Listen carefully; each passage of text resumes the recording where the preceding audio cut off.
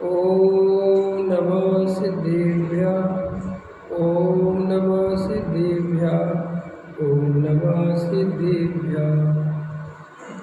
मंगलमय मंगले करन वीतराग विज्ञान नमो तार जाते भय हरहंता दीवान करे मंगल करे उमा ग्रंथ करने के काज जाते मिले समाज सब पावे निज बलराज।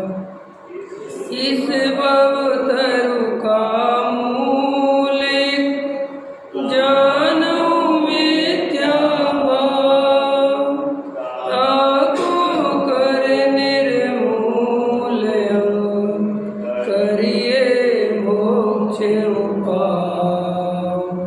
संताप्त मानस शांत हो जिनके गुणों के गान में वे वर्तमान मान जिन विचरे हमारे ध्यान।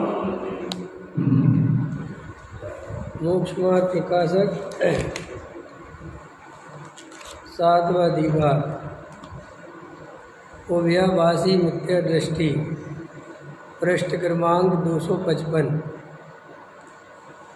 देखो क्या कहते हैं, बाह्य वृत्तादिक है वे तो शरीर आदिक परद्रव्य के आश्रित हैं।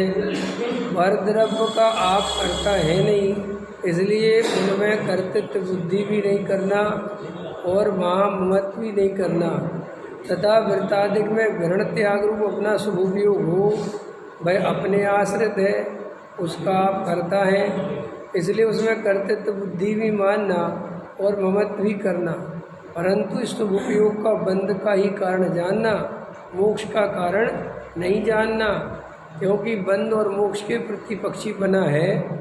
इसीलिए एक ही भाव पुण्य बंध का भी कारण हो और मोक्ष का भी कारण हो ऐसा मानना भ्रम है। ये अपन ने चर्चा की थी यहाँ तक। अब आगे देखो क्या कहते हैं, इसलिए व्रत अव्रत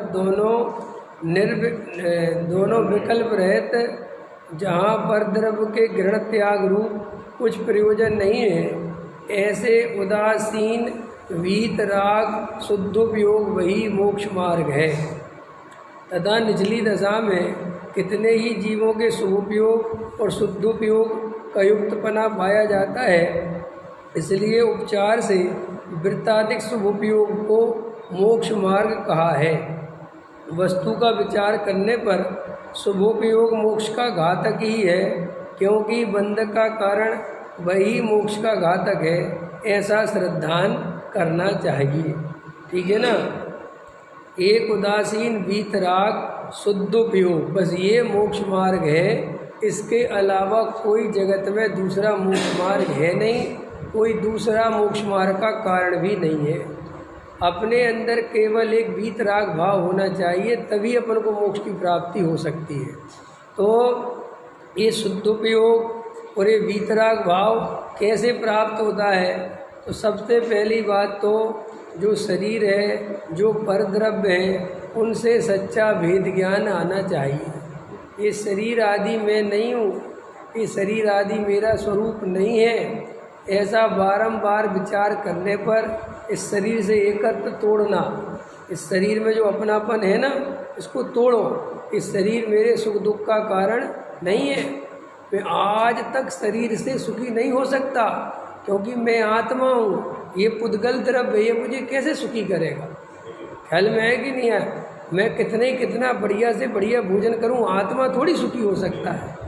तो ऐसा बार बार शरीर से वेद ज्ञान करें। फिर जो अंदर राग आदि विकारी भाव हैं, उनसे वेद ज्ञान करें। ये राग आदि से मुझे कब सुख मिला है, क्या सुख मिला है? ये कसाई की पूर्ति करते करते पूरा भव चला जा रहा है, कभी इधर उधर, कभी ये कभी वो, कभी ये कभी वो, और मैं बूढ़ा हो गया, ये भव खत्म हो गया। और फिर भी ये निर्णय नहीं कर पा रहा हूँ कि कसायों की पूर्ति सुख का कारण नहीं है। शुभ भाव से जरा सा भी लाभ माने, क्या शुभ भाव से जरा सा भी लाभ माने तो वो मिथ्या दृष्टि जानना। शुभ भाव को जरा सा भी अच्छा माने तो वो मिथ्या दृष्टि जानना। अब बोलो कितनी खतरनाक बात। अभी तो अपन शुभ भाव तो छोड़ो, वो तो बहुत दूर बात है। अभी तो शुभ भाव से जो पुण्य बंधा, हमें तो वो पुण्य ही अच्छा लगता है, हमें तो पुण्य का उदय अच्छा लगता है, भोग सामग्री अच्छी लगती है और बढ़िया ऐसा लगता है कि जे अनुकूलता बनी रहे, पैसा कई गुना बढ़ता चला जाए, मान प्रतिष्ठा हो जाए। ये सब जो अंदर चल रहा है ये मिथ्या दृष्टि का लक्षण है। कल गुरुदेव का वचन सुन रहा था मैं दिन में, तो यही सब ले रहे थे वो। कल में है जरा सा शुभ भाव से लाभ माने तो मिथ्या दृष्टि है, जरा सा पुण्य के उदय में खुश हो तो मिथ्या दृष्टि है। अभी अपन अंदर की श्रद्धा देखो तो ये पुण्य का उदय में ही गाफिल है। पुण्य का उदय जरा सा आता रहे, पैसा बढ़ता रहे, मकान दुकान बढ़ते रहे तो अंदर प्रसन्नता का अनुभव करता है और अंदर आत्मा बिल्कुल भूल जाता है। तो ये सब मिथ्यात्व के कारण होता है। तो अभी तो अपन को वेद ज्ञान बहुत करना है। पहले नंबर पर तो आत्मा हमें कितना पसंद आया ये देखो। अपन कहीं आत्मा के नाम पर भी तो कसाई की पूर्ति नहीं कर रहे। इस जगत में आपको सबसे ज़्यादा प्रिय क्या है बोलो?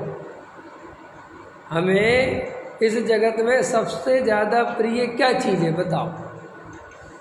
कल बहन श्री बता रही थी कि जीव को सम्यक दर्शन की पात्रता क्या है। तो प्रश्न है उसमें कि तुम्हें जगत में सबसे प्रिय क्या है वो बताओ। इससे बता देंगे हम तुम्हें क्या है कि मुझे सबसे प्रिय इस जगत में अपना शरीर है। हम लोगों को सबसे ज़्यादा प्रिय क्या है? अपना शरीर।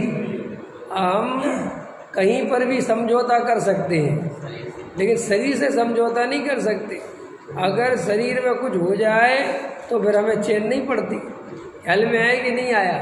तो अब जब शरीर से प्रेम है, शरीर से इतनी प्रीति है तो सम्यक दर्शन की प्राप्ति शरीर की प्रीति का नाम है कि आत्मा की प्रीति का नाम है?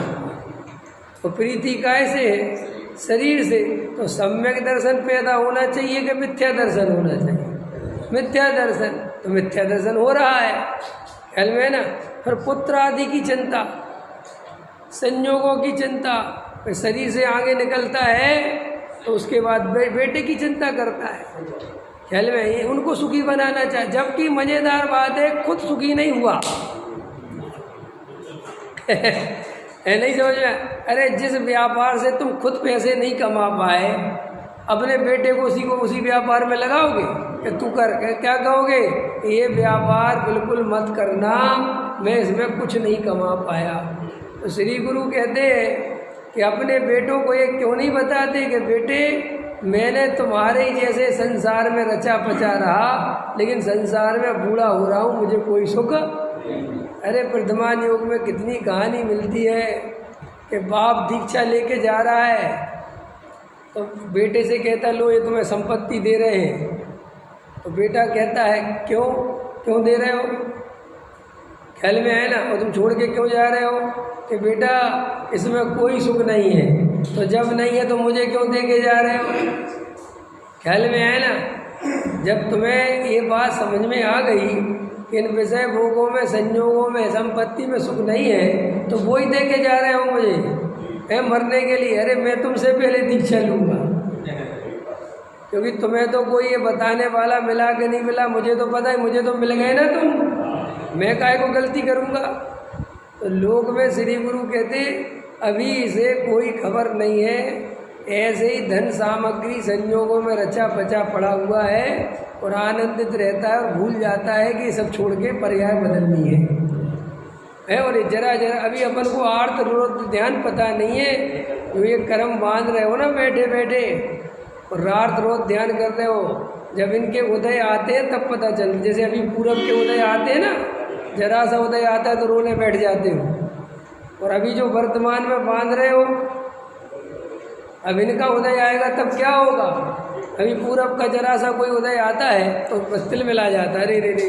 तो अभी वर्तमान में भी तो सोच के कितना राग देश कर रहा हूँ, पागल भाया जा रहा राग देश का, कभी इसकी बुराई, कभी इसकी प्रशंसा, कभी इसकी बुराई, कभी इसकी इसी काम में जीवन जा रहा है, और सोचता है कि मैं धर्म कर रहा हूँ। अरे धर्म नहीं कर रहा, कर्म कर रहा है, कर्म बन रहे प्रति समय।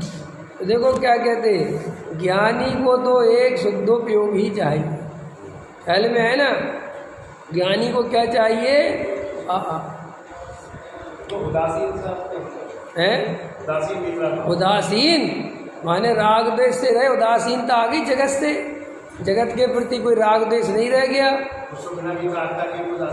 अरे उदासीन वीतराग, उदासीन वीतराग, खाली उदासीनता नहीं लिखा, ऐसा उदासीन वीतराग भाव साथ में लिखा ना, खाली उदासीनता थोड़ी लिखा, ऐसा उदासीन वीतराग भाव। क्योंकि जगत में इसको उदासीन, जगत का क्या, मैं शांत होकर बैठ जाऊं, किसी से राग द्वेष नहीं करूं तो लोग क्या कहते हैं, उदास उदास से हो गए, किसी से बात ही नहीं करते, कोई बात जैसा बोलो हाँ ठीक है। तो ऐसे लोग में इसको उदासीनता कहते हैं, लेकिन वो उदासीनता दुखदायक है। लेकिन वीतराग भाव पूर्वक जो उदासीनता है वो तो सुखदायक है, वो तो आनंददायक है। नहीं समझ में आया? देखो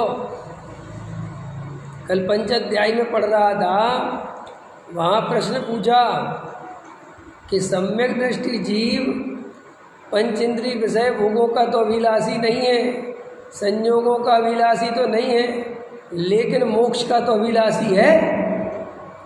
मोक्ष तो चाहता है, मोक्ष की तो अभिलाषा है। तो उसमें जो जवाब दिया वो जवाब सुनो। उसमें लिखा नहीं, सम्यक दृष्टि मोक्ष का भी अभिलाषी नहीं है। ख्याल में आए कि नहीं आए? उसे मोक्ष की भी कोई अभिलाषा नहीं है। तो आगे उत्तर दिया क्यों नहीं है? ख्याल में आए तो बोले देखो इसलिए अभिलाषा नहीं है कि जैसे पंच इंद्रिय के विषय भोगों में, संयोगों में उसने भेद ज्ञान से निर्णय किया कि अरे इनमें तो कोई सच्चा सुख है ही नहीं, इनमें तो मेरी कोई सत्ता है नहीं, मैं इनका कर्ता भोगता हूँ नहीं, सो वहाँ उन परद्रव्य की अभिलाषा निकल गई। ख्याल में है ना? वो परद्रव्य की अभिलाषा निकल गई। अब आ जाओ स्वद्रव्य है, सो उसे आत्मानुभूति हुई, सो उसने आत्मानुभूति हुई, सो उसने आत्मा का शुद्ध स्वरूप जान लिया। तो शुद्ध स्वरूप जानने पर क्या जाना कि ये जाना कि अरे मैं तो मुक्त स्वरूप ही हूँ। क्या जाना?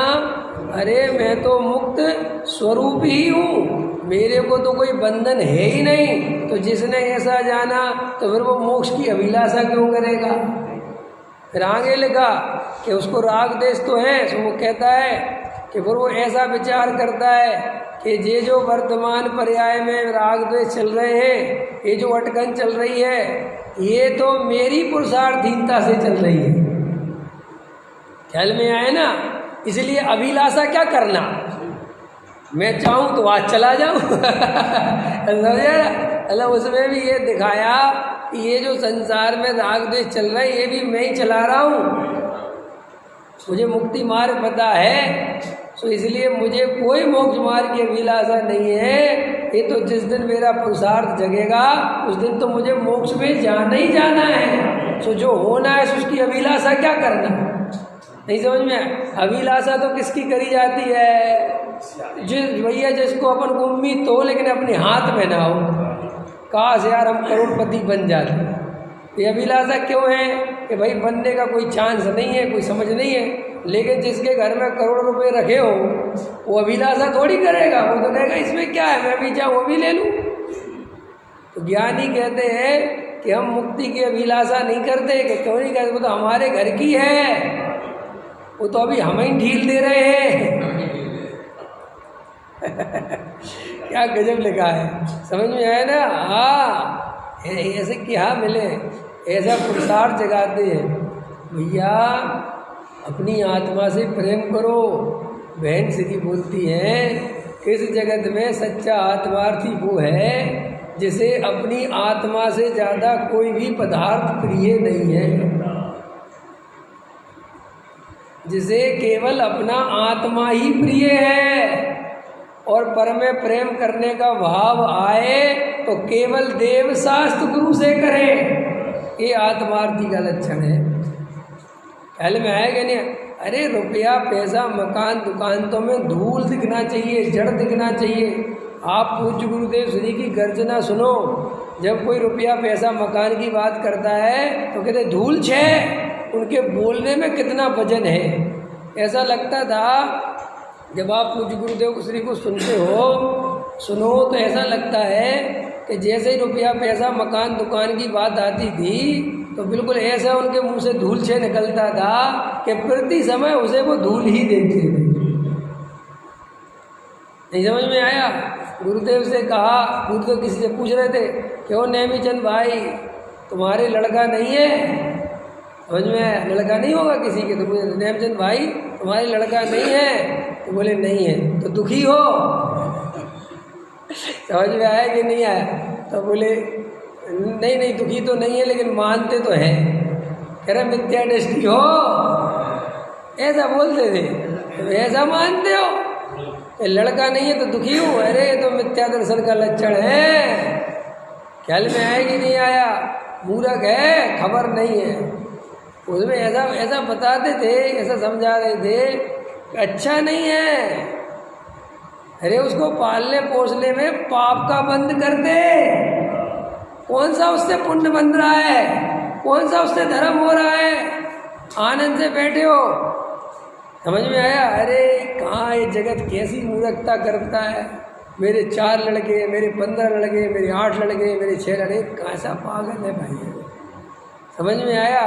कल शुद्ध बुद्ध ना ही रही है, मिथ्या मति छाए, मिथ्यात्व के कारण उन्मत्त हो रहा है, खबर नहीं है। अमृतचंद आचार्य देव तो कहते हैं अज्ञानता के कारण उन्मत्त हो रहा है। जैसे हाथी पागल हो जाए ना, ऐसे ही पागलों की भांति ये मेरा ये मेरा ये मेरा करता है। तो देखो क्या कहते हैं, ज्ञानियों को मोक्ष की भी अभिलाषा है। जिनको मोक्ष की अभिलाषा नहीं है वे संसार की क्या अभिलाषा करेंगे? है देखो, निचली दशा में जीवों को शुभोपयोग और शुद्धोपयोग का युक्तपना पाया जाता है, इसलिए उपचार से वृत्ताधिक शुभोपयोग को मोक्ष मार्ग कहा है। वृत्ताधिक को क्यों कहा है मोक्ष मार्ग? क्योंकि वो शुद्धोपयोग के साथ निचली भूमिका में साथ में पाए जाती है। इसलिए जैसे साथ में पाए जाने पर केले के छिलके को भी केला कहते हैं, लेकिन छिलका कोई काम का नहीं। पकड़ में आया? ऐसे ही शुभ भाव से कभी मोक्ष मार्ग नहीं होता, लेकिन वो शुद्धोपयोग के साथ है तो उसे उपचार से मोक्ष मार्ग कहते हैं। अब इसका उल्टा करो, अगर शुद्धोपयोग नहीं हो, अयुक्तपना माने साथ, शुभोपयोग और शुद्धोपयोग का युक्तपना, युक्तपना माने साथ माने मुनिराज को 7 गुण स्थान रूप शुद्धोपयोग भी है और 6वें में भी आते हैं। ऐसे ही पंचगुण स्थान वर्ती को शुद्धोपयोग भी है और शुभोपयोग भी है, सम्यक दृष्टि को शुद्धोपयोग भी है और शुभोपयोग भी है। तो निचली भूमिका माने पंचमुड़ स्थान वर्ती हैं, मुनिराज हैं, श्रावक हैं, सम्यक दृष्टि है। तो इनके क्या होता है कि निचली भूमिका है तो अपने स्वरूप में नहीं रम पाते, तो स्वरूप में नहीं रम पाते तो शुभ उपयोग के भाव होते हैं। मुनिराज को आहार लेने के भाव, भोजन करने जाने पढ़ने लिखने के भाव होते हैं ना सब, तो ये सब शुभ उपयोग है। तो ये शुद्ध उपयोग के साथ है, तो शुद्ध उपयोग के साथ है तब इन्हें उपचार से मोक्ष मार्ग कहते हैं। अगर किसी के शुद्ध उपयोग नहीं हो, खाली शुभ उपयोग हो, तो उसे मोक्ष मार्ग नहीं कहते। इसलिए द्रव्यलिंगी मुनि को मोक्ष मार्गी नहीं कहा। कोई कहे कि द्रव्यलिंगी मुनि के शुभ उपयोग तो है लेकिन शुद्ध उपयोग नहीं है, इसलिए मोक्ष मार्ग। पहले में जैसे केले के छिलके में से केला निकल जाए, छिलका रोड पे पड़ा हो तो कोई नहीं कहता केला है, सब कहते छिलका है, उठा के फेंको। तो वो केला तब तक कहलाएगा जब वो गूदे के साथ होगा। ऐसे ही ये शुभोपयोग की कीमत भी शुद्धोपयोग के साथ है। कीमत माने मोक्ष मार्ग कहने की कीमत। वो मोक्ष मार्ग तब भी नहीं है, तब भी उससे बंद होता है, लेकिन वो शुद्धोपयोग के साथ हो तो वो शुभोपयोग। अब अभी अपना देखो, हम जिस शुभ भाव को लग कर रहे हैं, हो रहे हैं जो शुभ भाव, और इस शुभ भाव से अपना भला माने तो हम कितने बड़े मिथ्या दृष्टि हैं। क्यों? क्योंकि हमारे पास शुद्धोपयोग नहीं, आत्मा की खबर नहीं, आत्मा का निर्णय नहीं, तत्व से प्रेम नहीं, भाई जरा सा दया दान पूजा भक्ति प्रशील संयम आदि का शुभ भाव है, इसमें ही खुश होते रहते हैं। तो हमसे बड़ा मिथ्या दृष्टि कौन है? और ऐसी मान्यता वाला सम्यक दृष्टि नहीं हो सकता, ये और खतरनाक है। जो शुभ भाव से भला माने और इनको अच्छा माने वो सम्यक दृष्टि नहीं हो सकता। अभी सब लोग ऐसा भाषण दे देते हैं कि अशुभोपयोग से बचने के लिए शुभोपयोग करना चाहिए। क्या कहते हैं? अशुभोपयोग से बचने के लिए शुभ। ये बात कहने में ही ये बात निकल के आ गई कि अशुभोपयोग शुभोपयोग में भेद है और शुभोपयोग अच्छा है। ये आश्रव तत्व संबंधी भूल है, ये भूल। तुम्हें जीव को अशुभ से बचाना है कि जीव को स्वरूप में ले जाना है? अशुभ से बच के मिलेगा क्या जीव? क्या मिलता है? अशुभ से तो हम अनंत बार बच गए ना। और हकीकत पूछो तो श्री गुरु तो ये कहते हैं कि शुभोपयोग अशुभयोग का कर्ता जीव है कहाँ? वो तो देखो हर अंतर मुहूर्त में जीव का उपयोग पलटता है। पता है आपको? एक कर्णन योग का सिद्धांत है, कोई भी महापापी से पापी हो तो वो 48 मिनट से ज़्यादा पाप नहीं कर सकता। उसको बीच में एक शुभोपयोग आता है।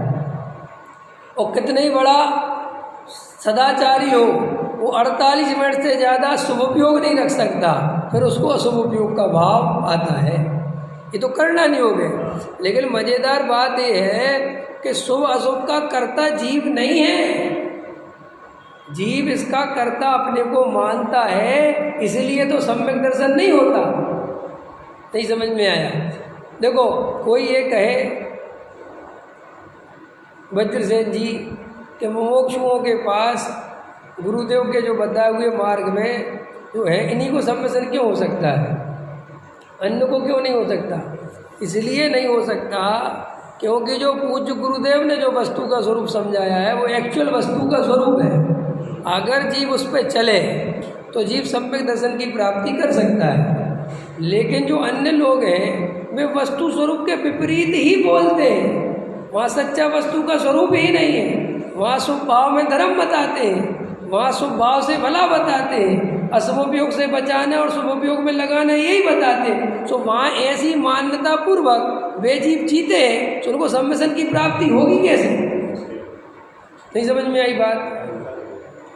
लोग ऐसा कहते साहब का तुम्हारे बाप का ठेका है कि तुम्हारे ही होगा। हमारे बाप का ठेका नहीं है। हम ये कह रहे हैं जहाँ सच्चा वस्तु का स्वरूप होगा वहाँ सम्यक दर्शन होगा। जहाँ वस्तु का स्वरूप नहीं होगा वहाँ सम्यक दर्शन होगा कैसे? जो ईश्वर को कर्ता मानेंगे वहाँ सम्यक कैसे हो जाएगा? नहीं समझ में आया कि नहीं आया? जहाँ पर राग देश को जीव का स्वरूप मानेंगे वहाँ सम्यक कैसे हो जाएगा? जहाँ जड़ की क्रिया को मैंने किया ऐसा मानेंगे वहाँ सम्मिश्रण कैसे हो जाएगा? और नहीं होगा। और उपदेश भी रात दिन यही दिया जा रहा है तो और भी नहीं होगा, क्योंकि वो उपदेश जो सुन रहा है वही ग्रहण कर रहा है, इसलिए फिर वहाँ सम्मिश्रण नहीं होता। इसलिए शुभ भाव में कोई लगे रहते। देखो आप कितने लोगों से मिलते हैं वो पता नहीं, लेकिन व्यवहारियों से मिलो, कितने गृहीत मिथ्या दृष्टि होती नहीं होते। महाराजों को आहार देते हैं, समझना मेरी बात, रात्रि भोजन भी नहीं करते। मैं कहता हूँ जमी कंद आदि भी नहीं खाते, अष्टमी को हरी आदि भी नहीं खाते मान के, तो भी गृहीत मिथ्या दृष्टि होती है। भगवान से सुख दुख की आशा करते हैं। भगवान की पूजा भक्ति करेंगे तो दुख मिट जाएंगे, भक्तांबर जी का पाठ करेंगे तो घर में कष्ट दूर हो जाएंगे। इस मान्यता से भक्तांबर का पाठ करते हैं। अब बोलो, अब ऐसे जीव को सम्मिशन की प्राप्ति कैसे होगी? इसलिए तो मैं कहता हूँ कि हमारा कोई परम सौभाग्य है कि हम गुरुदेव के मार्ग में, लेकिन अब ये दुर्भाग्य में बदलने में लगे हैं। ये दुर्भाग्य में बदलने में कैसे लगे हैं कि हम भक्तामर पढ़ना तो छोड़ दिया, भगवान से मांगना तो छोड़ दिया, लेकिन अंदर भगवान आत्मा का अनुभव करने का कोई पुरुषार्थ नहीं करते। तो शास्त्र ये कह रहे हैं कि गृहीत मिथ्यात्व भी जीव ने अनंत बार छोड़ा है। तो अगर इस भाव में भी हमने थोड़ा छोड़ दिया तो क्या हुआ, खत्म, अगला भाव पे फिर कहीं ग्रहण कर लेंगे, उससे तो कुछ होता नहीं। इसीलिए गहराई से अपने को आत्मा से ज़्यादा प्रेम जगत में किसी से नहीं होना चाहिए, और ऐसा निर्णय होना चाहिए कि अरे मैं आत्मा हूँ, मुझे अपनी आत्मा के दर्शन करना चाहिए, मैं शरीर नहीं हूँ, मैं कहाँ लगा पड़ा हूँ पर पदार्थ में। देखो, किसी का चेहरा सुंदर हो, मेरा प्रश्न है, किसी का चेहरा बहुत सुंदर हो तो उस सुंदर चेहरे को वो अपने दर्पण में देख के खुश होता है कि नहीं होता है? किसी के अच्छे हेयर बाल बनते होते तो वो बार बार बनाता है, बाल वाले से हाथ मारता है, हारता कि नहीं मारता है? प्रसन्न होता है ना। तो उसे अपना चेहरा सुंदर दिखता है तो वो अपने ही चेहरे, और सही पूछो तो लोक में जीव अपना ही चेहरा देखना चाहता है, दूसरे का कब देखना चाहते हो बताओ? पुरुष पुरुष का चेहरा देखना चाहता है, स्त्री स्त्री का चेहरा देखना, उल्टा कोई स्त्री उससे ज़्यादा सुंदर हो तो उसको देख के ईर्ष्या भाव जगता है? कोई पुरुष अपने से ज़्यादा सुंदर हो तो उसको देख के ईर्ष्या भाव जगता है। इसका मतलब तू चाहता है कि सबसे सुंदर मेरी देह हो, बराबर है कि नहीं? और चाहे वो कैसी भी हो, चलो काली हो, बिना बाल की हो, मैंने तो देखा जिनके सिर पे बाल नहीं है वो भी कंघी रखते हैं, ठीक है, थोड़े से सही उसी को सही कर लेते हैं, है ना? करते कि नहीं करते? तो देखो, और बार बार दिन में 2 दफे तो चेहरा देखते ही देखते हैं। श्री गुरु कहता है ये सड़ी गली देह को तो दिन में 2 बार देखता है, सड़ी गली बिल्कुल, जिसे कोई पसंद नहीं करता। समझ में आया? तेरे अलावा तुझे कोई पसंद नहीं करता, ये बात आपको पता है? अपने चेहरे को अपने अलावा कोई पसंद नहीं करता। चलो और आगे पढ़ाओ। फोटो खिंचती ना, फोटो, तो वो सामूहिक फ़ोटो खिंचती है तो उसमें बड़े सुंदर सुंदर चेहरे हैं, उनको नहीं देखता, किसको तलाशता है? अपने को देखता है। मेरा प्रश्न है, तुम अपने को क्यों देखते हो? ये प्रश्न करो ना मन में कि मैं अपने को क्यों देखता हूँ। सबको देखो ना, इतने बढ़िया बढ़िया चेहरे हैं, इतने सुंदर सुंदर चेहरे, वहाँ तो नहीं, लेकिन वहाँ तो पीछे भी दवा पड़ा है तो भी देखता है, उसको क्या कहते हैं, जूम करके देखता है, बराबर है? क्यों देखते हो? प्रश्न है, सोचो, जल्दी मत बोलो, क्यों देखते हो? अभी पता चलेगा, अभी बताऊंगा इसका जवाब। क्यों देखते हो बताओ? हम उसको क्यों देखते हैं? सबको छोड़ के उसको क्यों देखते हैं? हाँ, अपनापन शरीर में है, अपने को शरीर मानते हैं, तो अपने शरीर को, अपने को शरीर मानता है तो उसको देखना चाहता है कि मैं कैसा लग रहा हूँ, बढ़िया लग रहा हूँ, अच्छा लग, बहुत बढ़िया फोटो आया। श्री गुरु कहते हैं तुझे आत्मा को देखने का मन नहीं करता, इसका मतलब क्या है? अपनी आत्मा को देखने का मन नहीं करता, इसका मतलब क्या है? इसका मतलब ये है कि तुझे शरीर में ही अपनापन है, शरीर से ही अपना अस्तित्व मानता है, आत्मा की तरफ बिल्कुल भी ध्यान नहीं है। ध्यान देना, समझना। देखो वहाँ कितना अपनापन है कि सुंदर सुंदर चेहरे हैं, उन सबको अलग कर देता है, केवल अपने को देखता है। श्री गुरु कहते हैं ऐसे ही अगर तुझे सच्चा वेद ज्ञान हो जाए और अपनी आत्मा में अपनापन हो जाए तो इन जड़ पदार्थों को देखने का मन ही नहीं होगा। बोलो, इतना सरल है ना? जब अपने चेहरे में रुचि है तो दूसरों के चेहरों में रुचि नहीं रह गई। ऐसे ही अपनी आत्मा में रुचि होए तो इन जड़ पदार्थों में रुचि रह जाए ये कैसे संभव है? अपन दूसरों के घर जाते हैं तो वो कहते हमारी शादी का एल्बम देख लो, तो अपन देखते तो हैं लेकिन बिल्कुल बेमन से देखते हैं। मैं क्या, वो बड़े शौक से बताता है देखो जी हमारा, हमें क्या मतलब कौन है, ख्याल में है कि फटाफट पलटो यार। अब मना तो कर नहीं सकते क्योंकि व्यवहार है ना, हकीकत में तो कोई किसी की फोटो देखे ही नहीं, इसलिए मूर्ख है वे लोग जो अपनी फोटो डालते फिरते हैं। कौन देखता है तुम्हारी, किसको क्या लेना देना है? 20,000 की हाँ 20,000 की। अब रमेश जी को देखो 20,000 याद आ रहे लगी हो, तुम्हारे टाइम में थी, अब 1.5 लाख रुपए की, 2 लाख रुपए की, 2.5 लाख रुपए की, 3 लाख रुपए की। और अरविंद जी सेठ जी से पूछो और 5 लाख पार कर गई हो। समझ में आया ना? अरे अब जमाने जितने में पहले शादियाँ हो जाती थी उतने में तो एल्बम बनता है आदमी, समझ में? अरे चलो और हल्का कर दो, जितने में पहले शादियाँ हो जाती थी उतने में तो अब दुल्हन का खाली लहंगा आता है। हाँ बोलो, और क्या बोलूँ? ये सब दिखावा, ये सब ये जीव दूसरे को दिखाना चाहता है ना कि हमारे पास पैसा है। देखो कैसी मिथ्या मान्यता है, कैसा समाज का निर्माण किया हम लोगों ने। पैसों को पहले पागलों की तरह बहाते हैं हम सब है, और फिर तुम्हें रिझाने के चक्कर में मैं पैसा वाला हूँ पानी की तरह बहाती। ये ऐसा अगर सच पूछो कोई सोचे तो कहेगा कैसे मूर्ख है लोग।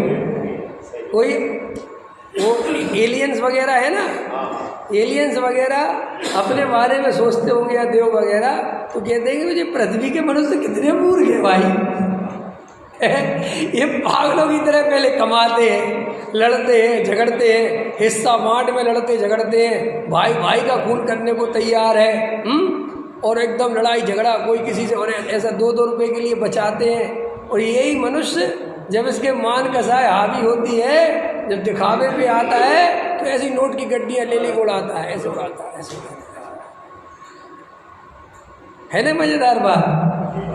और वैसे कोई किसी से 1 लाख रुपए 1 लाख 200 रुपये लेने हो तो वो 1 लाख देवे तो कहे 200 दो, इसके बिना नहीं चलेगी। बड़े बड़े सेठ ये देना पड़ेगा, आप माल वापस ले लो, और फिर वहाँ ऐसी गड्डियाँ उड़ाता है। तो विचार नहीं करता कि मैं कर क्या रहा हूँ, क्या जीवन जा रहा है मेरा। अरे रे रे, ये सब अज्ञान है बहुत है। क्या कह रहे हैं? अरे कहाँ लग रहा भुगतना पड़ेगा। जिस दिन ये शब्द भुगतना शब्द है ना, इसकी अंदर गहराई पता चल जाएगी ना कि भुगतना पड़ेगा, तो गारंटी देता हूँ रोटी खाना मुश्किल पड़ जाएगी, रोटी नहीं खा पाओगे। समझ? अभी खबर तो रही है। देखो मनुष्य की एक प्रकृति है, मनुष्य की एक नेचर है, मनुष्य की एक ऐसी नेचर है कि वो अपनी मेमोरी में हमेशा वो बातें याद रखता है इस रूप में कि जो बातें उसे दुख ना दे, कष्ट ना दे। मतलब कैसे?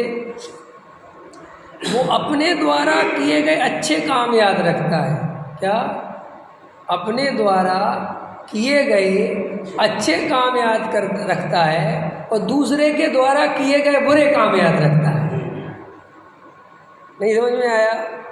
ये मनुष्य की ऐसी प्रकृति है, नेचर है। अपने द्वारा जो अच्छे काम किए गए उनको सेट रखता है दिमाग में, और दूसरों के अच्छे काम याद नहीं रखता, दूसरों के द्वारा जो बुरे काम किए गए। नहीं समझ में आया? समझो, तुमने अपने भाई के पैसे जा छीन ली मैंने, समझ गए? जबरदस्ती हिस्सा ले लिया, नहीं तो के 4 बना लिए, ये भूल जाएगा, गारंटी से भूल जाएगा ये बात कि मैंने ऐसा किया था। बिल्कुल याद नहीं रखेगा इस बात को, क्योंकि अगर इस बात को याद रखेगा तो क्या होगा? मन कचोटेगा, तो उसको कैसे वेरीफाई करेगा? इस गलत बात को वेरीफाई कैसे करेगा? अरे मैंने अकेले थोड़ी रखा है, और मैंने ऐसा नहीं है, ये मूर्ख है, इसने पहले बहुत बाप का माल उड़ाया, ऐसे कर करके वो कहीं ना कहीं उसको सेटिस्फेक्शन करेगा कि मैंने कोई गलत काम नहीं किया, उस बात को सही सिद्ध कर लेगा। और सुनो, इसको तो भूल जाएगा और याद कैसा रखेगा कि अरे मैंने अपने भाई को पढ़ाया है, भाई साहब मैंने उसकी फीस भरी है कमा कमा के। देखो करते कि नहीं करते? अरे करते कि नहीं करते? कई दफ़े बाप मर जाता है, छोटा भाई होता है और एक बड़ा भाई होता है। अब बाप मर गया तो बाप का जो व्यापार था, छोटा था वो बेचारा, कौन? छोटा भाई। तो ये बड़ा था तो दुकानें चलाता था, तो वो तो कुछ जानता नहीं था, तो उसको तो कहता तुम तो पढ़ो लिखो जाके। और उसको क्या वो खर्चे के नाम पे क्या लेता है छोटा भाई? 2 टाइम की रोटी और 2 जोड़ी कपड़े, और जो दुकान में से माल आता है और इसकी शादी हो गई तो जे उसमें से पैसा जोड़ता रहता है और अपनी संपत्ति बनाता रहता है। और छोटे भाई से क्या कहता है, मैं तेरे लिए तो है, तू तो पढ़ पढ़ पढ़। और जब बड़ा हो जाता है 10 साल बाद 15 साल बाद, तो ये तो बहुत कमा लेता है उस दुकान में से, और फिर वो कहता है कि भैया मेरा हिस्सा देखो, तुम्हें पाल पोस के बड़ा किया ख्याल में है ना, इतना सब कुछ करा, कौन करता है? अरे तो मूर्ख, तूने अपने हाथ से थोड़ी किया, तूने बाप की दुकान में से कमा कमा के उसके लिए लगाए 10 रुपये और खुद के बनाए 100 रुपये, और उसको कहता है कि तेरे को उपकार किया। उपकार किसे कहता है? कि मैं चाहता तो मैं तुझे नहीं पढ़ाता, मैं तेरे को भगा देता। हाँ तो ये तो अन्याय है ही, लेकिन वो भी कोई न्याय नहीं है, उसकी भी धौंस दिखाने की ज़रूरत। तो देखो ये अपने को गहराई से समझना चाहिए कि अपन क्या करते रहते हैं जीवन भर। अच्छी अच्छी बात है जो हमने करी दूसरों को भी तो याद रखते हैं, और जो रात दिन बुरे काम करते हैं, आपने मंदिर में 2 लाख रुपए दान दिए, ये तो तुम याद रखते हो, लेकिन तुमने जो 5 लाख बेईमानी से कमाए उसको याद नहीं रखता। उसको क्या कहता है? वो तो व्यापार में चलता है उसको कुछ ना, मैंने कहा ना, ऐसी हमारी प्रकृति है कि हम उसको सेटिस्फैक्शन कर लेते, वेरीफाई कर लेते कि वो तो ठीक है, वो तो ठीक है, हम गलत से गलत काम को सही सिद्ध कर देते हैं। इसलिए मैंने कल कहा था ना, जो हमारे दोस्त बताए ऐसे लोगों के पास नहीं बैठता। कि क्यों? कि वो जिन बातों को उसने वेरीफाई किया था वो उल्टा चलाता है, सुबह बात बिल्कुल उसको विपरीत पड़ती है, तो उसको बहुत तकलीफ होती है, तो भाग जाता है। अंदर समझ में आएगी नहीं आया? ये सब भैया आत्मार्थी के लक्षण नहीं है, ये सब मिथ्या दृष्टियों के लक्षण जानना चाहिए। ये सब छल कपट करना, मायाचार करना, झूठ फरेब करना, ये सब सम्यक दृष्टि ज्ञानी धर्मात्मा के लक्षण नहीं है। सम्यक दृष्टि बहुत ईमानदार होता है, बहुत ईमानदार होता है, सपने में भी किसी का बुरा नहीं चाहता। क्या कहा? स्वप्न में भी अपने शत्रु का भी बुरा नहीं चाहता, उसके प्रति भी अनिष्ट नहीं सोचता। और अपन तो रात दिन जरा सा कोई कुछ कह दे तो उसके मर जाए ये तक भाव आते हैं, ख्याल में है ना। और उसका कुछ बुरा हो जाए तो मन ही मन खुश होता है। वो उड़ रहा था हवा में, क्या बोलते हैं, वो हवा में उड़ रहा था, बेटा जमीन पे आ गए। अब पता चलेगा जी क्या जी आत्मार्थी का लक्षण। दूसरे का दुख देख के खुश होते हो और अपने को आत्मार्थी कहते हो, मुमुक्षु कहते हो। भैया हमारे अंदर इतना वात्सल्य और साधर्मीपन होना चाहिए, इतना होना चाहिए, इतना होना चाहिए कि हमारा परम शत्रु महादुश्मन भी कष्ट में हो तो हमें उसको पे करुणा आना चाहिए, प्रेम भाव आना चाहिए, उसकी सहायता करने के भाव होने चाहिए, तभी तो हम आत्मार्थी है। ये ऐसे नहीं चलेगा कि मुनि राजों के कहानी किससे सुनाते रहो, खुश होते रहो। ना ना, परीक्षा तो हमारी भी रोज होती है। अगर मुनिराज को स्यालनी खा रही थी तो वे डिगे नहीं, अपने स्वरूप में रहे, तो हमें भी ये समाज वाले खाते हैं, ये भी हमें कसाई के प्रसंग बनाते हैं, तो हम अपनी श्रद्धा से डिगना नहीं चाहेंगे। मुनिराज उपयोग से नहीं डिगे, हमें श्रद्धा से नहीं डिगना चाहिए। हमारी श्रद्धा मुनिराज जैसा मुनिराज का चारित्र्य मजबूत है, कम से कम हमारी श्रद्धा तो मजबूत होनी ही चाहिए। और हम अगर श्रद्धा भी मजबूत नहीं रख सकते तो हम आत्मार्थी कहलाने के लायक नहीं है। अगर फिर तुमसे कोई कहे मोक्षु भाई हो तो कह दिया करो नहीं हो। कोई कहे नहीं गुरुदेव की फोटो तो लगा रखी है, हाँ जी स्वामी वाले मंदिर में जाते हो, उससे कुछ नहीं होता। असली आत्मार्थ अभी पैदा मेरे अंदर हुआ नहीं है। समाज की नज़र में भले ही मैं मोक्षु बन गया हूँ, लेकिन मैं अभी अंदर से मोक्षु हूँ नहीं, क्योंकि मैं अपनी ईमानदारी जानता हूँ। अरविंद जी समझ में आया?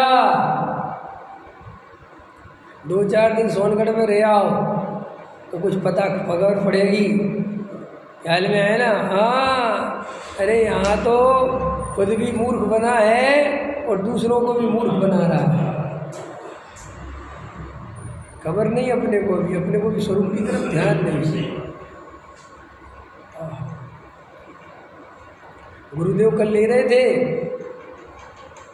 कि सूर्य डूब जाता है तो दुख होता है। सूर्य डूब जाता है तो दुख होता है कि नहीं होता? कि क्यों? कि सूर्य डूबा हुआ दिख रहा है, डूबा कहाँ है? वो तो सनाकाल है। सुबह आ गया कि आ गया, गया कहाँ था? ऐसे ही ये जन्म मरण में आत्मा तो सदाकाल रहता है, वो कभी नष्ट नहीं होता। समझे? तो फिर गुरुदेव ऐसा कह रहे थे कि चलो मान लो सूर्य नष्ट हो जाए तो बोले चंद्रमा तो है, बोले चंद्रमा नष्ट हो जाए तो बोले नक्षत्र तो हैं, बोले नक्षत्र नष्ट हो जाए तो बोले तारे तो हैं, और बोले तारे नष्ट हो जाए तो गुरुदेव बोलते मैं तो हूँ। क्या समझ में आया? अरे मैंने वो ऐसा समझा रहे थे कि सारा जगत नष्ट हो जाए, ऐसा भी दिखे तो भी मैं नष्ट नहीं होने वाला, ऐसी प्रतीति होनी चाहिए, ऐसा निर्णय होना चाहिए। राग में जरा सा भी सुख की कल्पना होगी तो मिथ्या दर्शन होगा, देह में अपनापन होगा तो मिथ्या दर्शन पैदा होगा। तो मैं क्या समझा रहा था कि हमारा आत्मा माने में सुनो, पर गेयों को देखने का राग आता है, कश्मीर देखने का, कन्याकुमारी देखने का, जापान देखने का, अमेरिका देखने का कितना तीव्र राग आता है। तो क्यों आता है कि नहीं आता? अभी आप पता अमेरिका क्यों नहीं जाते? क्यों नहीं जाते अमेरिका रमेश जी देखने के लिए? हैं? हाँ, वैसा नहीं है, व्यवस्था नहीं है। डॉक्टर साहब समझा रहे थे कि जब लंदन में पंच कल्याणक हुआ तो लोग इतने ज़्यादा हो गए जाने वाले लंदन। तो मैंने बोला यार लंदन के पंच कल्याणक में हिंदुस्तान से ज़्यादा भीड़ हो रही। तो बोले, मैंने तभी कहा कि तुम पंच कल्याणक देखने नहीं जा रहे हो, क्योंकि पंच कल्याणक तो तुम्हारा बराबर ही में होता है, तुम वहाँ नहीं आते। 100 किलोमीटर दूर 50 तुम वहाँ नहीं आते, और लंदन जा रहे हो देखने के लिए। पहले में इसका मतलब क्या है कि पंच कल्याणक देखना किसे? हमें तो लंदन देखना है। और अपने लड़कों से ये कहेंगे कि लंदन घुमा दो तो ये मूर्ख नहीं जाने देंगे। जब हम पंच कल्याणक की ढकस दिखाएंगे, पंच कल्याणक में जाना है, भगवान की भक्ति करने से रोकता है पापी। और अभिप्राय में लंदन ही देखना है मूर्ख चंद। समझ में? ऐसे जीवन जी रहे हैं, अपन दोगली जिंदगी जीते हैं। अरे अभी जरा सा विचार करना। अब भी देखो, मैं तुम्हें एक मिनट कल्पना कराता हूँ। तुम शांति से बैठे थे, अच्छे अपने तत्व विचार अच्छे बैठे थे, शांति से, अच्छा बढ़िया। एक आदमी आया आपके पास और कहा उसने कि मेरे लड़के की अमेरिका में जॉब लग गई, 2 करोड़ रुपए महीने की। कितने करोड़ की? तुम्हें कैसा लगता है? तुरंत ऐसा लगता है यार काश मेरे लड़का भी ऐसा होता। 1 मिनट में सुख की कल्पना होगी पर द्रव्य में, आधा मिनट नहीं लगा। किसी ने कहा कि उनका लड़का तो अमेरिका चला गया, उसकी तो बहुत बढ़िया, बहुत होशियार है, वो तो पढ़े गई, हमारा लड़का नहीं आ रहा। ऐसा क्या हो गया? तुरंत कल्पना हो गई कि अगर ऐसा लड़का मेरा होता तो मज़ा आ जाता। और अभी पढ़ रहा था, सुत दारा होए नसीरी सब स्वार्थ के भीरी। अब इसका 1 मिनट में भूल गए है? बोलो 1 मिनट में। जरा सी किसी की सर्वांग सुंदर पत्नी देखी और पति की आज्ञा में चलती हुई देखी, ख्याल में है ना, बिल्कुल पति की आगे पीछे आज्ञा में, तुरंत सोचता है काश ऐसी हमारी पत्नी होती तो बहुत बढ़िया है। देखो तुरंत कल्पना हो गई परब्रह्म सुख की, 1 सेकंड में हो गई कि नहीं हो गई है? अब अपन को भी विचार करना चाहिए कि मिथ्यात्व कितना गहरे में छुपा हुआ है, कैसा जहर उगलता है बार बार। हाँ देखो देखो, अपना मैंने परीक्षा करो ना कि जरा सा कोई ऐसा बता, अरे फलाने सेठ जी हैं और सब करोड़ों की संपत्ति है और बढ़िया वहाँ रहते हैं, हर जगह दान देते हैं और लड़के भी इतने बढ़िया हैं, इतना सब मन डिग गया। अंदर ऐसा भाव नहीं आया कि धूल छे, अगर बोलता है भी तो ऊपर ऊपर बोलता है धूल छे, गुरुदेव की सुन सुन के बोलता है धूल छे, अंदर तो वही धूल अमृत दिखाई देती है, सोना दिखाई देती है। फैक्ट है ना? अंदर विचार करो कि अभी हम कितने उथले में हैं और किस भरोसे सम्मेलन प्राप्त करना चाहते हो भाई। विचार करो अंदर में जाके अपने आप को कि मैं क्या कर रहा हूँ। जरा सा प्रमाद नहीं छोड़ सकते, जरा सा खाने का राग नहीं तोड़ सकते, ख्याल में है ना, मान प्रतिष्ठा का राग नहीं छोड़ सकते, मायाचारी नहीं छोड़ सकते, पुण्य पाप पे भरोसा नहीं कर सकते, वस्तु की स्वतंत्रता पे भरोसा नहीं कर सकते, सर्वज्ञ भगवान पे भरोसा नहीं कर सकते। जिस समय जो पर्याय आनी है, सर्वज्ञ ने जो देखी है उसमें कोई फेरफार नहीं करा जा सकता, ऐसा भरोसा नहीं कर सकते। पूरे टाइम फेरफार करने की मान्यता चलती है। वो कहता है कि मैं सम्मसन प्राप्त करूँगा। जरा सा व्यापार नहीं चले तो माथे सल्ल पड़ती है, भूल जाता है कि अरे पुण्य पाप के खेल है सब, उसमें कहाँ 1 सेकंड के अंदर जरा सा प्रतिकूल परिणमन हो, जरा सा, थोड़ा बहुत नहीं, जरा ही सा, सोचो बात, सरा से प्रतिकूल परिणमन में जे हालत है और गलती से देह में कैंसर हो गया तो अभी कोई ऐसी स्थिति बन गई कि सब लुटपुट गए तो क्या करोगे? वो तो रह ही नहीं पाओगे। नहीं साहब फिर हम रह लेंगे जो होगा। इसका मतलब ये है कि तू मजबूरी में रहेगा, आनंद से नहीं रहेगा। सम्यक दृष्टि तो वो बनता है कि जैसे नरक का दुख और स्वर्ग का सुख एक समान दिखाई देता। कितनी खतरनाक बात है क्या? नरक का दुख और स्वर्ग का सुख एक समान दिखाई दे। बोलो यहाँ तो अभी जरा बड़ा सेट और थोड़ा छोटा सेट एक समान दिखाई देता है? बोलो अरविंद जी बताओ। अभी जी अरविंद जी ऐसे बैठे ना अच्छे बढ़िया सेठ, और अभी इनसे बड़ा सेठ बैठा दो तो अभी कंधे ऐसे हैं फिर ऐसे हो जाए, और बड़ा बैठा दो तो उसके ऐसे हो जाएंगे। होते कि नहीं करते? नहीं देखते? ये अंतर नहीं देखते अपन? अरे देखते कि नहीं देखते? अगर अभी इसी में तुम मान के चलो इस जगह तुम सबसे बड़े सेठ हो और तुम ऐसी जगह गए कि वहाँ तुमसे कई गुने बड़े सेठ हैं, तो अपने को कैसा अनुभव करता है उनके सामने?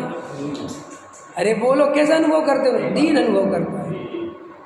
और वो गए, वो बड़ा सेठ गए, अरे आओ सेठ जी, अरे साहब कैसी बात है, कहेंगे आपके जो हमारा तो आपका तो समझ लो जितनी संपत्ति है और आपकी डली है जो आपको खबर नहीं, हम पे तो उतनी भी नहीं है।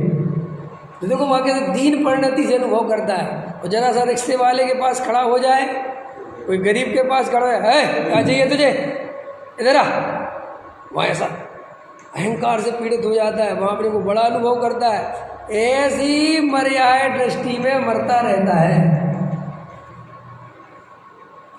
ऐसी पर्याय दृष्टि 24 घंटे चलती रहती है और अपने को आत्मार्थी कहता है। विचार करो, बारंबार विचार करो। श्री गुरु कहते हैं भाई आत्मा हो तुम, शरीर नहीं हो। शरीर को देखने के लिए मरे जा रहे हो, अरे मरना है तो आत्मा को देखने के लिए मरो। जैसे दर्पण में चेहरा देखने नहीं मिले तो बेचैनी होती है, अरे श्री गुरु कहते अपना चेहरा जिनेंद्र देव के सामने देखने ना मिले तो बेचैनी होनी चाहिए। ऐसा गुरुदेव ऐसा भी ले रहे थे। कोई किसी को बुला रहे हो क्या? गुरुदेव थे ना, गुरुदेव, तो गुरुदेव ऐसा लेते थे कि समोसण में जिनेंद्र देव विराजमान हैं, तो भगवान के दर्शन कैसे करना? तो समोसण में जिनेंद्र देव विराजमान है, इतना गजब का है वो। तो क्या वो हिलते डुलते हैं? जिनेंद्र देव ऐसे ऐसे होते हैं क्या? नहीं होते। उनकी पलकें झपकती हैं क्या? ऐसी आँख खोलते बंद करते हैं क्या? उनके ऐसे हाथ पैर उठाते हैं क्या? आशीर्वाद देते हैं क्या? ये नहीं, कुछ नहीं होता। तो बोले इन जिनेंद्र देव में और उन जिनेंद्र देव में कमी कहाँ है? इन जिनेंद्र देव को ऐसे ही देखना जैसे मानो साक्षात समोसण में भगवान को देख रहे हो, क्योंकि इनके भी बिल्कुल वैसी स्थिति है। ना ये पत्थर जो प्रतिमा है, ना ये घटता है, ना बढ़ता है, ना चलता है, ना पलकें झपकती हैं, ना बाल बढ़ते हैं, ना नक्शे बढ़ते हैं, ऐसे उसके भी नहीं बढ़ते। बोले ऐसे देख के इनके दर्शन करते हुए अपने आत्म दर्शन करना, स्थिर होना। जिनेंद्र भगवान को देखना तो ऐसे देखना कि मैं साक्षात भगवान के पास खड़ा हूँ, और ऐसे विचार करना अरे मैं स्वयं भगवान हूँ। हे जिनेंद्र देव, मुझे ये कसाएँ कितने परिणाम चलते हैं, कैसे आप स्वरूप में स्थिर हुए होंगे, कैसे आप ऐसे अचल हो गए, कैसे आपने सारी कसायों को नष्ट कर दिया, कैसे स्वरूप में निमग्न हो गए। अरे मुझे तो अपनी आत्मा को देखने का भाव भी नहीं आता। दिन भर कसायों में रचा पड़ा रहता हूँ, परद्रव्य में सुख की कल्पना करता हूँ। आपने कैसे जगत से मोह तोड़ा, कैसे आपने इतने तीर्थंकर जैसी, स्वधर्मेंद्र जैसी सेवा, सारे जगत में अनुकूलता, पुण्य की भरमार, फिर भी आपको उसमें सुख की कल्पना नहीं हुई। और मेरा तो जरा सा सुंदर मकान बन जाए तो मैं सुख की कल्पना कर बैठता हूँ।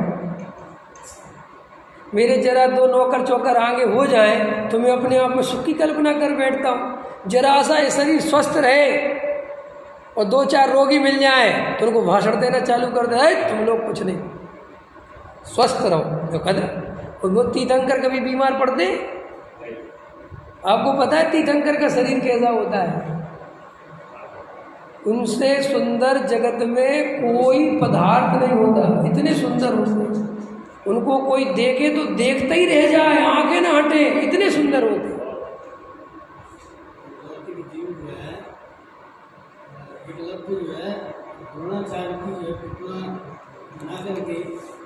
बन सकता है। हाँ, हम जो है परमात्मा की देख करके समय से नहीं ले सकते। तो इसका क्या मतलब है कि तुझे श्रद्धा नहीं है। एकलव्य ने उस प्रतिमा में ऐसी श्रद्धा करी कि द्रोणाचार्य ही है, तभी एकलव्य बना। अरे यहाँ तो हम भगवान के सामने ही राग द्वेष करते रहते हैं। एक दिन हृदय से दर्शन करो तो सम्य दर्शन होता है, करो तो। अरे अंदर में विचार तो करो भैया कि मैं क्या कर रहा हूँ। वे तीर्थंकर परमात्मा चक्रवर्ती हैं, कामदेव हैं, तीर्थंकर हैं, तीन तीन पद के धारी हैं। ओ फिर भी उन्हें संसार में सुख की कभी कल्पना नहीं हुई। माने आप समझना, चौथे गुण स्थान में कोई कम नहीं रहे। वो चौथे गुण स्थान में कितने काल तक रहे? करोड़ों वर्षों तक चौथे गुण स्थान में पड़े रहे, करोड़ों वर्ष तक रहे। फिर भी एक पर पदार्थ में उनकी श्रद्धा नहीं डगी कि यार मैं फालतू में लगाऊं, आत्मा में छोड़ो, बहुत मजा आ रहा है। अगर ऐसा हो जाता तो उसी समय मिथ्या दृष्टि हो जाती। चलो छोड़ो, और खतरनाक बोलता हूँ। चौथे गुण स्थान में रहे, इतनी अशुभोपयोग की धारा बहती रही। क्या?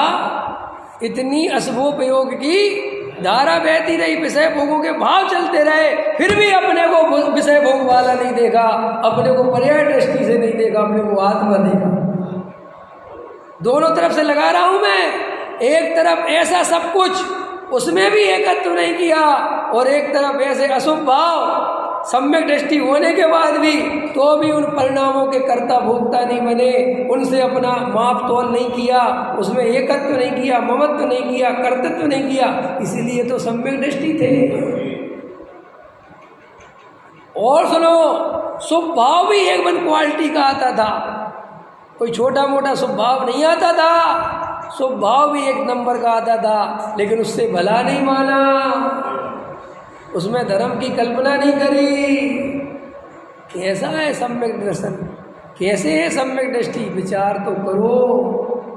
यहाँ तो पल पल में लुट रहे हैं, कभी पर पदार्थों में लुट रहे हैं, कभी भावों में लुट रहे हैं, कभी शुभोपयोग का अहंकार कर रहे हैं, कभी अशुभोपयोग से अपने को दीनहीन अनुभव कर रहे हैं, कभी अपने बाहर में पदार्थ कम हो गए, संयोग कम हो गए तो दीनहीन अनुभव करता है, कभी पुण्य की वजह से सामग्री बढ़ जाए तो अपने को बड़ा अनुभव करता है। निरंतर हम पर्याय दृष्टि में झूलते रहते हैं, मरते रहते हैं, और ऊपर से बोलते रहते कि हम तो आत्मा है, हमें तो सम्यसन की प्राप्ति करनी है। कैसे प्राप्ति करनी है भाई, विचार करो। सहजा